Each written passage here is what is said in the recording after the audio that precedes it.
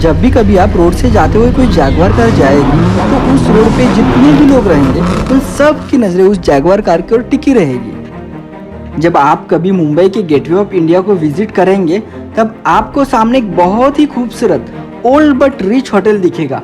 वो है मुंबई का ताज होटल। उसके सामने खुद का ताज के साथ सेल्फी लेना आप कभी नहीं भूलोगे। जब भी आप किसी बड़े मॉल में शॉपिंग के लिए जाते हो तब वेस्ट साइड से अपने ट्रेंडी कपड़े लेने से खुद को रोक न पाओगे।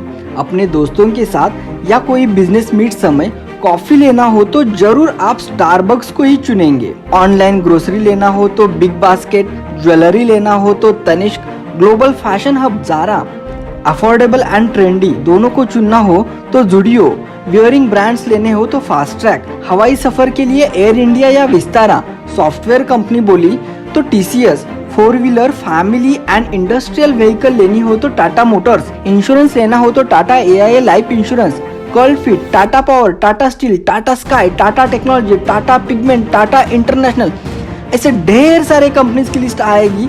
नाम लेने जाएंगे तो थक जाएंगे, इतनी लंबी बड़ी फेरिस्त निकल जाएगी। जी हाँ, मैं टाटा ग्रुप के बारे में बात कर रहा हूँ जो सिर्फ इंडिया में ही नहीं बल्कि सारे दुनिया पे छा गई है। तो अब कुर्सी की पेटी बांधने का वक्त आ गया है दोस्तों। तो चलिए आज हम टाटा ग्रुप की कहानी सुनते हैं जिसने पूरे ग्लोबल लेवल पे इंडिया को रिप्रेजेंट किया है। India starts to flex its muscles in the global semiconductor market. Tata Projects and Tata Consulting Engineers. The Tata Group completes 4 years under the chairmanship. Airlines and Tata Sons have announced the merger of Vistara Airlines with Air Tata group की कहानी शुरू होती है नसरवानजी टाटा से। नसरवानजी टाटा का जन्म 3 मार्च 1822 को गुजरात के नवसारी शहर में हुआ। उनका परिवार पारसी था जो कि पर्सिया के मुसलमान आक्रमण के समय उत्पीड़न से बचकर भारत में शरणार्थी हुआ था। पारसी समुदाय के लोग व्यापार और उद्यम के क्षेत्र में महान योगदान देने के लिए प्रसिद्ध है। लेकिन नसरवानजी टाटा के घर में गरीबी थी। पारसी होने के बाद भी उनके पिता, दादा, परदादा ऐसे कोई भी लोग व्यापार में नहीं थे। उस समय चाइल्ड मैरिज एक आम बात थी, तो नसरवानजी की शादी भी कम उम्र में हुई और उनको एक बेटा भी हुआ। गरीबी होने के कारण उनका मन अब नवसारी शहर में नहीं बस रहा था, इसीलिए उन्होंने अपनी बीवी और छोटा बच्चा लेके मुंबई में जाने का फैसला लिया। मुंबई में उन दिनों कपास का उद्योग बड़ी ही तेजी में था, इसीलिए उन्होंने कॉटन ट्रेडिंग बिजनेस शुरू किया। नसरवानजी को व्यापार करते समय एक और बात बहुत महत्वपूर्ण लगी और वो थी शिक्षा। उन्हें मालूम हुआ कि इस युग में रहना है तो अच्छा एजुकेशन होना बहुत जरूरी है। इसीलिए उन्होंने अपने बेटे यानी जमशेदजी टाटा को अच्छी शिक्षा देने का निश्चय किया और इसके तहत जमशेदजी ने अपनी डिग्री मुंबई के एल्फिंस्टन कॉलेज से ली और अपने पिता के व्यापार में ध्यान देना शुरू किया।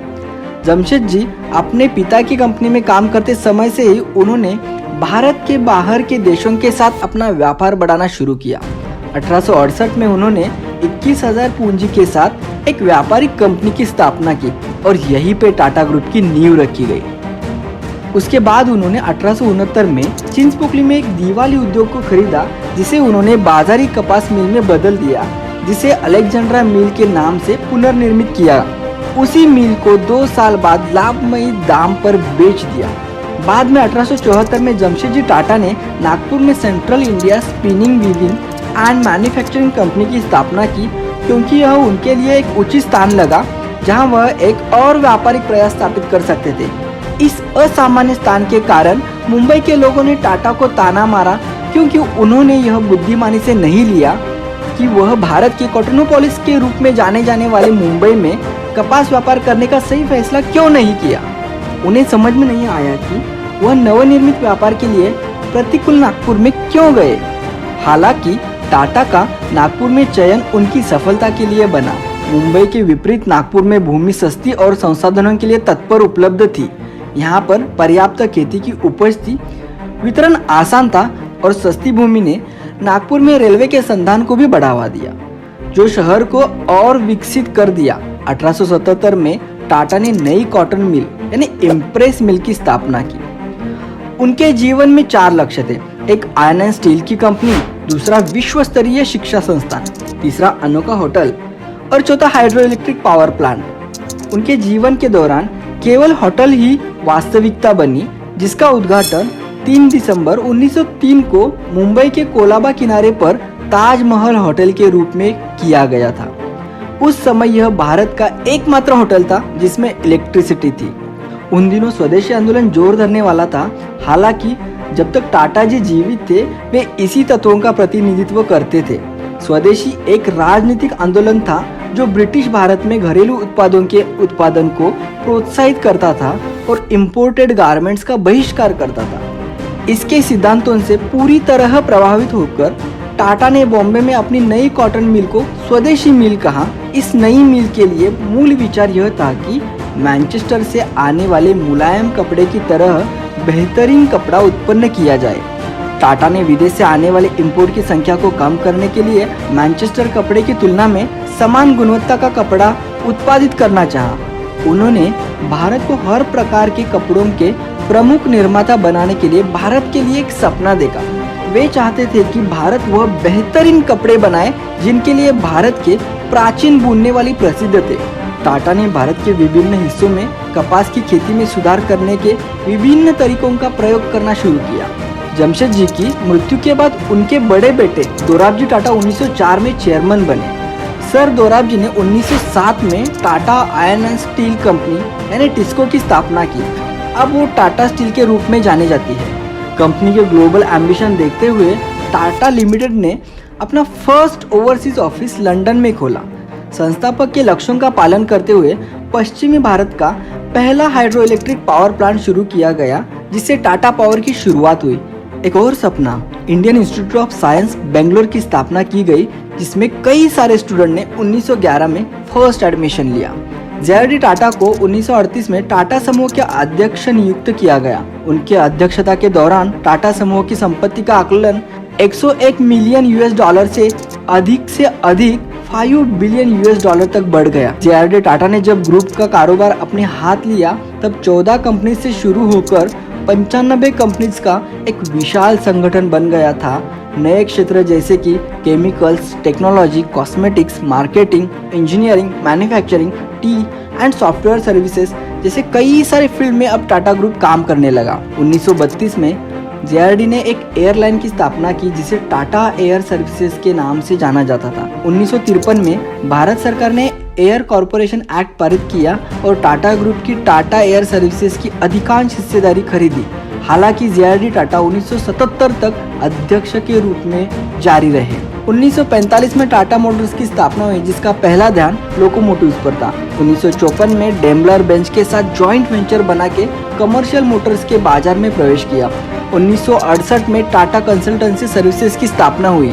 JRD टाटा के बाद 1991 में रतन टाटा टाटा ग्रुप के चेयरमैन बने। ये वो दौर था जब टाटा ग्रुप ने मानो आसमान को छू लिया था। रतन टाटा ने टाटा कंपनियों में विभिन्न नेतृत्व की भूमिका निभाई।